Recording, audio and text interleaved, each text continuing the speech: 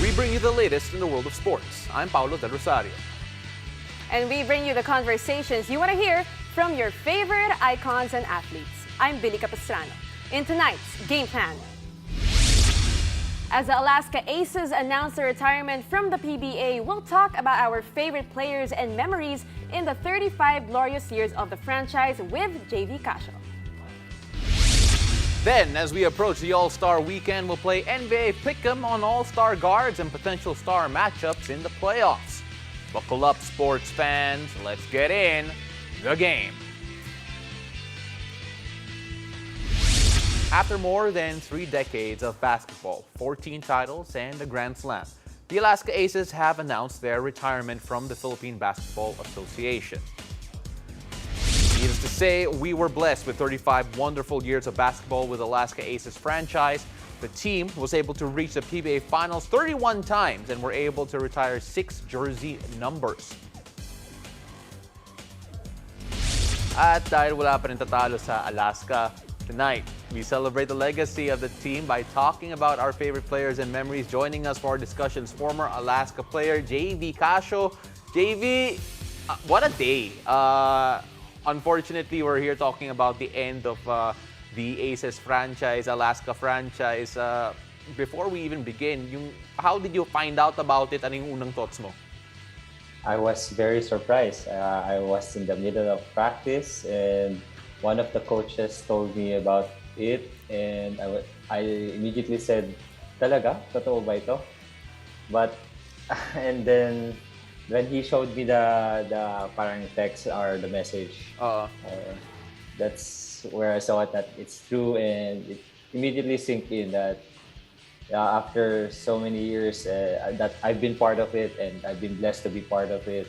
I'm still grateful that I've been there. And being part of it is really a big honor for me.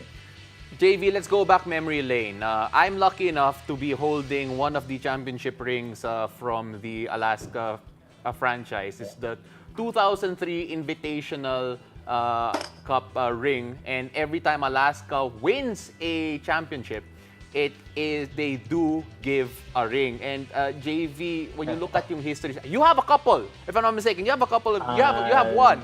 At no, I very wish least. I had a couple, but I have one. You have one. Oh, you have one. Actually, I have it right now. Yes. Ayun, you have it right now. Actually, kinuha pa talaga niya. Oo nga, nahanap niya. Naka-display lang yan for sure. Pero, pakita nga. Sorry, Jvee.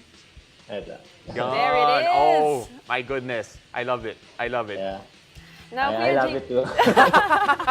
Siyempre naman, di ba? Now, Kuya Jvee, speaking of that championship ring, why don't you tell us kung anong year yan? Because I know it was 2013 and you also mentioned it was one of your favorite memories with the franchise. Yes, it was 2013. It was my second conference for that team. And when I entered that team, it was pretty much complete na. And, you know, veterans and upcoming rookies then. I mean, Calvin Noguel was entering that team also, and so many guys. So it was a pretty much a mix of veteran and young guys. So, and it complements it. And we got that our import, Robert Dozier then. It really fills the void of maybe what we were lacking a little bit then. But pretty much locals, and we're all there now. Parang it's really complete. It's easy to get along. The system was there, so and when we got that win, it was a very happy experience for me. Sorry. Sobrang staged lang. Hindi naman. Pero, Jvee, syempre, when you talk about Alaska, you can't not think about yung mga storied players. You mentioned 6 retired jerseys already, a lot of memories, yung Grand Slam championship nila. I'm sure growing up as a fan, may paborito ka rin players. Is there anyone in particular that stands out kapag nasabi mo Alaska, the Alaska franchise? Who's the first player that comes to mind? Of course, the Flying A, Johnny A. Been watching him nung bata ako, and it's just he amazes me and how he plays. Although the team also amazes me how they play together. siguro nag-stand out sa akin si Johnny because of course he was small and I was small, so try to emulate him yung mga galaw, pero medyo mahirap eh. Galing ni Coach Johnny, but again, I'm just at awe at him on that era. Na Kuya Jvee, you mentioned that you watched Alaska growing up. Now, meron ka bang memorable na Alaska memory for you that really stuck with you? Well, it's yung siguro, yung championship when I was there. Yun yung pinaka-memorable because again, it was my first championship, and experiencing it with those guys, those core group that I've been friends until now. It creates a bond, parang not only with us, the players, but also with our loved ones, with our wife and children. So we still get together, and that makes it special. Jvee, after that championship, actually for majority of yung career mo, you were part of basically the heartbeat of the Alaska franchise for a very long time in terms of their successes, their ups and downs. Now that the franchise is folding, do you look back at yung time na yon at really the memories? Does it change right now for the better, knowing that you were part of such a franchise like this? It doesn't change really. I'm just really grateful, being part of it, especially for the fans, the diehard fans who had been there for so long, cheering, and you get to know them. We had fans day on that, and when we had fans day, it's a very special moment. How you see and you listen to the stories of how long they are been cheering for Alaska. So ang daming memories, especially for the fans, and that's what I think parang makes Alaska special. It's yung fan base very loyal, and parang todo bigay talaga sila sa pag-cheer. Na Kuya Jvee, can you give us an insight or glimpse kung ano yung nangyayari sa Fans Day? Kasi sana nakapunta na din ako sa Alaska Fans Day. So what happens during the Fans Day? I remember one time we had the mannequin challenge. Yeah. It was players and fans all together in the court getting that challenge in.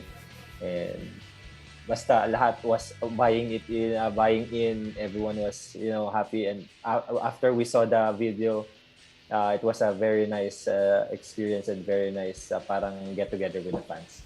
Alam mo, Jvee, initially, before we even started the show, we were supposed to have si Sean Chambers joining us also, but unfortunately, that's a time difference. I think there was a bit of miscommunication there. Pero let's talk a bit about him at the meantime, kasi iba rin yung legacy niya as a resident import para sa Alaska. Can you talk a bit about yung impact ni Sean Chambers as an import dito sa Philippine basketball, what he's done with Alaska? Yes, his impact is beyond just in the court. It's outside the court also. When he came here to coach us, to help out on the team, of course Sean Chambers like that. He's outspoken guy, talagang masaya kasama ganyan. Pero pag sa labas, when you are with him outside, fans come up to him and he's very accommodating, and that's really special. I mean, you see Coach Sean being very accommodating to his fans. He knows him, and actually some of the fans, he knows it. He knows them also. So the respect, and it's really beyond basketball. So give respect again, and nicely. I like your milk. Well, dapat ikaw rin, Kuya dapat Jvee, ikaw rin, meron. may gatas Pero, ayun. Well, Kuya Jvee, I read in an article actually na Sean Chambers, he said that the greatest player he's ever played with was actually Johnny Abarrientos. Ikaw, not to play favorites pero meron ka bang naging favorite teammate sa Alaska? I love all my teammates. Good answer. Good answer. Okay, sige. Of course, looking at yung memories mo with Alaska, it's going to be really tough to pick out. Siyempre, the best moments of the franchise and your own personal journey there. But I think it's safe to say, Jvee, that we're going to miss yung Alaska franchise. Do you have any message to the Alaska fans out there before we move on? Of course, thank you for all the support. I like what I've said. They are really diehard fans, and probably they are the heart and soul of the Alaska franchise. And thank you for that. And we are blessed to be part of it. And Again, just thank you talaga. On that note, we're gonna move on from Alaska. But before we do so, cheers muna to all of the Alaska fans out there. Our hearts go out to you. We're gonna miss the franchise. We're gonna love and cherish the memories, and hopefully, the PBA does bounce back from this setback, because we will miss one of the greatest franchises to be part of the association. Cheers. Napainom talaga ako no? And meanwhile, our very own Gilas Pilipinas released its 21-man pool for the upcoming February window of the 2023 FIBA World Cup qualifiers. Members of the TNT Tropang Giga, led by national team veteran Jason Castro, headlined the squad alongside youngsters Terdy Ravena, Dwight Ramos, and Ange Kuame, and Northport's Robert Bolick.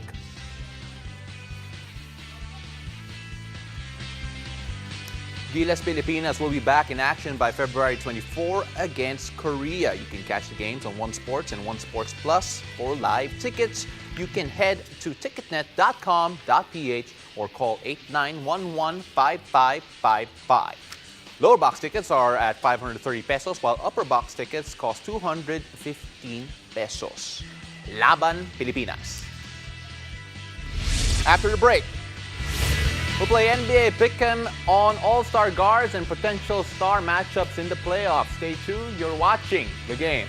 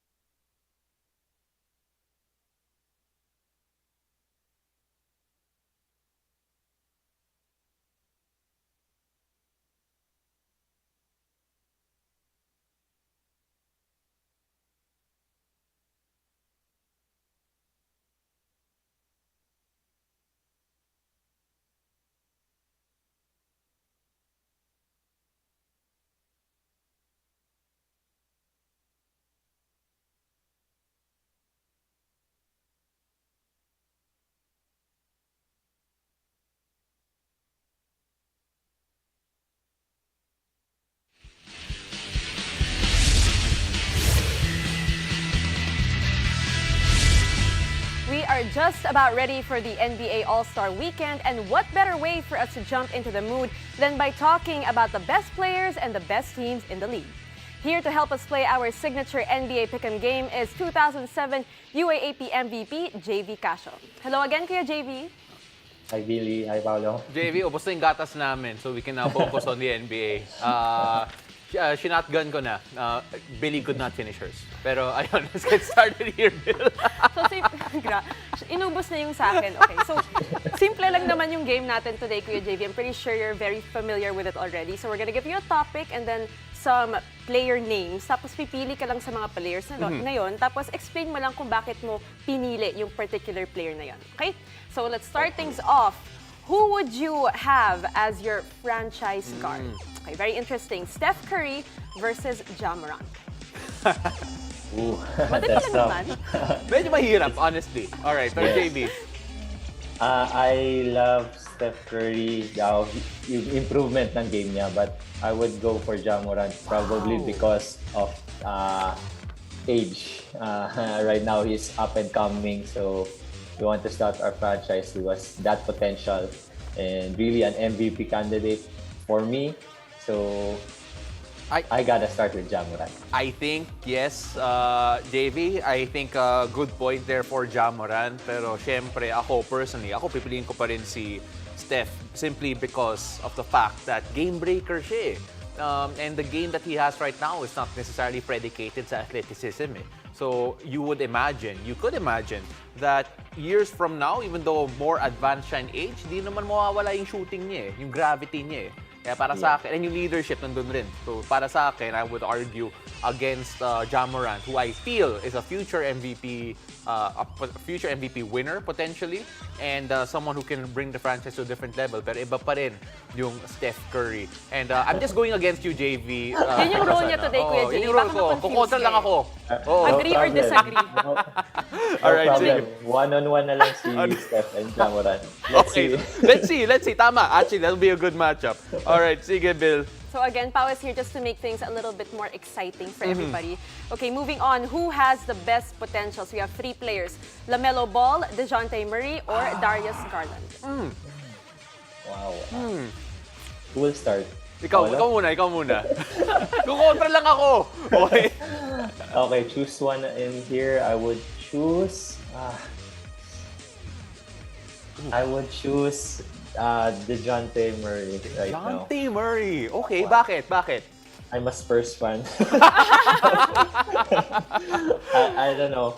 No, but really, I like how DeJounte is improving. Yeah. And one thing that he has an advantage for is the defensive, yung defensive talent niya. He leads the league in steals, and he's a playmaker. He's triple-double machine, tied, I think, in their franchise. So, yeah. Parang alam ko, no? So, Spurs talaga ako. Alam na Spurs Yeah, ako. alam mo talaga. I'm not gonna deny it. I'm not gonna deny na alam mo. Yes, but I know it's a struggle right now. But maybe if we get, the team gets going with him, because he's getting the numbers, and I'm hoping Spurs can go improve themselves because of him. Alam mo, Bill, normally I would agree with Jvee eh. Pero ngayon, hindi talaga eh. No, LaMelo Ball, I believe, has the best potential here. Kasi syempre, si LaMelo Ball, at the meantime, we all know for him to be a flashy playmaker, someone who has all the highlights, one of the most entertaining players. Pero it's not just flash, may substance din yung laro niya. And when you're looking at this guy, si LaMelo Ball, you're looking at a guy who is still learning the game. He'll only get better in terms of playmaking, and that's why I think yung ceiling niya is a lot higher, because I feel as he understands the game more, yung potential niya is going to rise not only as a playmaker, but maybe a leader of a franchise that is contending for the title. Really out here to fight Jvee, Billy. So as you can see, Kuya Jvee, Pao is in a mood today. May attitude siya today. So pagbigyan na natin. I think yung nainom niya, so Yung palaban na eh. Okay, let's move on. Now, who is a better all-time point guard? And I think the answer here is quite clear. Once you hear the choices, Kuya Jvee, it's going to be Chris Paul or Tony Parker. I mean... Oh my goodness, tough choices again. Okay, go. Oh my goodness. I'm a #1 Tony Parker fan since he came in. I'll still go with Tony Parker. Of course you would. Yes. Bakit? I very much respect Chris Paul, especially now in his career. Kung paano niya dinadala ang Spurs. I mean Phoenix Suns. Give credit to him, and I mean whichever team he comes in. But Tony Parker, since he came in the league, that's why I'm a Spurs, because of him. And I try to emulate, syempre, what he do. So this is more of a personal choice. Really on that standpoint. But he plays within the system, and because of that, the team gelled in together. Of course, he had Duncan and he got Manu Ginobili. But I think he is one of the reasons. That's why, for so long the Spurs was on that level of a playoff team, a championship caliber team, all throughout their season. Alam mo, Jvee, sinabi sa akin ng director ko na I have to stop fighting you daw. So, mag-move on na daw tayo sa next topic. Bill, let's go. Okay, this time, Kuya Jvee, we're gonna talk about teams naman. So, who will win a 7-game playoff series? The Miami Heat versus the Chicago Bulls. Who will it be? Oh, it's another tough one. I would say I like both teams. If the Chicago Bulls are complete, they could have a chance. Yeah. They could have a chance if they're complete. Yeah. But right now, Miami Heat has the edge. Yeah, I honestly agree with that. Pero again, since kukontra lang ako, hindi, Miami Heat talaga eh. Uh, pero, again, health is always going to be a factor here. But Bill, let's go. Who will win a 7-game playoff series? Philadelphia 76ers versus the Brooklyn Nets. Is it because of the trade? I guess so. Maybe. Oo. No, I would go for Nets. KD still, if he plays and brings, his A game, I think it's very hard to stop.